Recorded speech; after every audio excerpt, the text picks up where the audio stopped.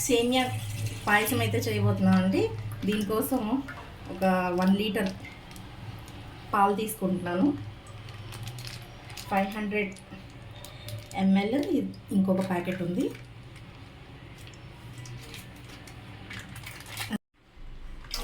ఇది ఒక 500 ml అనమాట, 1 లీటర్. దీన్ని ఇప్పుడు బాయిల్ చేస్తాను. ఈ డ్రై ఫ్రూట్స్ అయితే తీసుకున్నాను. దీన్ని ఇప్పుడు నేను ఘీలో రోస్ట్ చేస్తాను అన్నమాట.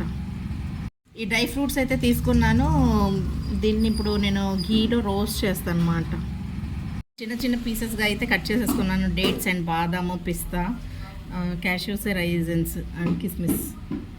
స్టవ్ ఆన్ చేసి ఇప్పుడు దీంట్లో అయితే నేను ఒక 4 టీ స్పూన్స్ నెయ్యి వేస్తున్నాను. నెయ్యి వేసి డ్రై ఫ్రూట్స్ కట్ చేసిన మరి ఫ్రై చేస్తాను. ఫ్రై అయిపోయింది. ఇప్పుడు దీంట్లో డ్రై ఫ్రూట్స్ యాడ్ చేస్తాను.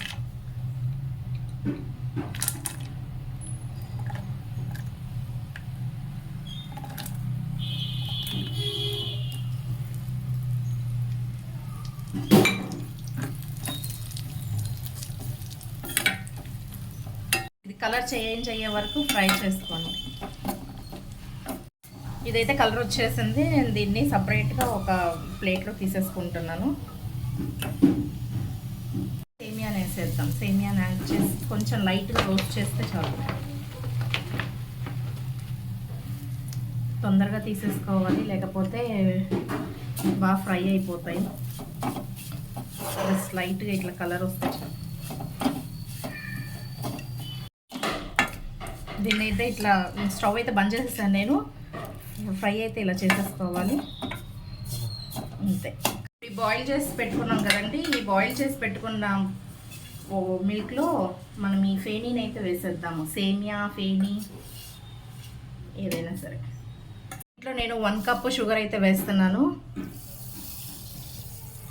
1 కప్ షుగర్ ఈజ్ ఇనఫ్.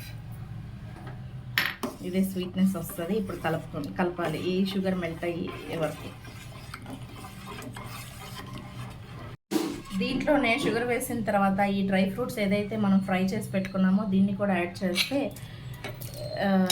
ఈ దీంట్లో ఉన్న డేట్స్ అవన్నీ బాయిల్ అవుతాయి అన్నమాట. కలుపుతూనే ఉండండి, లేదంటే కింద అడుగు అంటే ఛాన్సెస్ అయితే ఉంటాయి. అడుగు అంటితే టేస్ట్ బాగోదు. ఇది ఇలాచీ, షుగర్ 2 మిక్స్ చేసి మిక్సీలో గ్రైండ్ చేసుకున్న పౌడర్ అన్నమాట. ఇలాచీ పలుకులు ఏం తగలకుండా ఉంటుంది. దీన్ని ఒక హాఫ్ స్పూన్ వేసాను నేను. దీంతోనే మంచి ఫ్లేవర్ అయితే వస్తుంది, ఇలాచీ ఫ్లేవర్.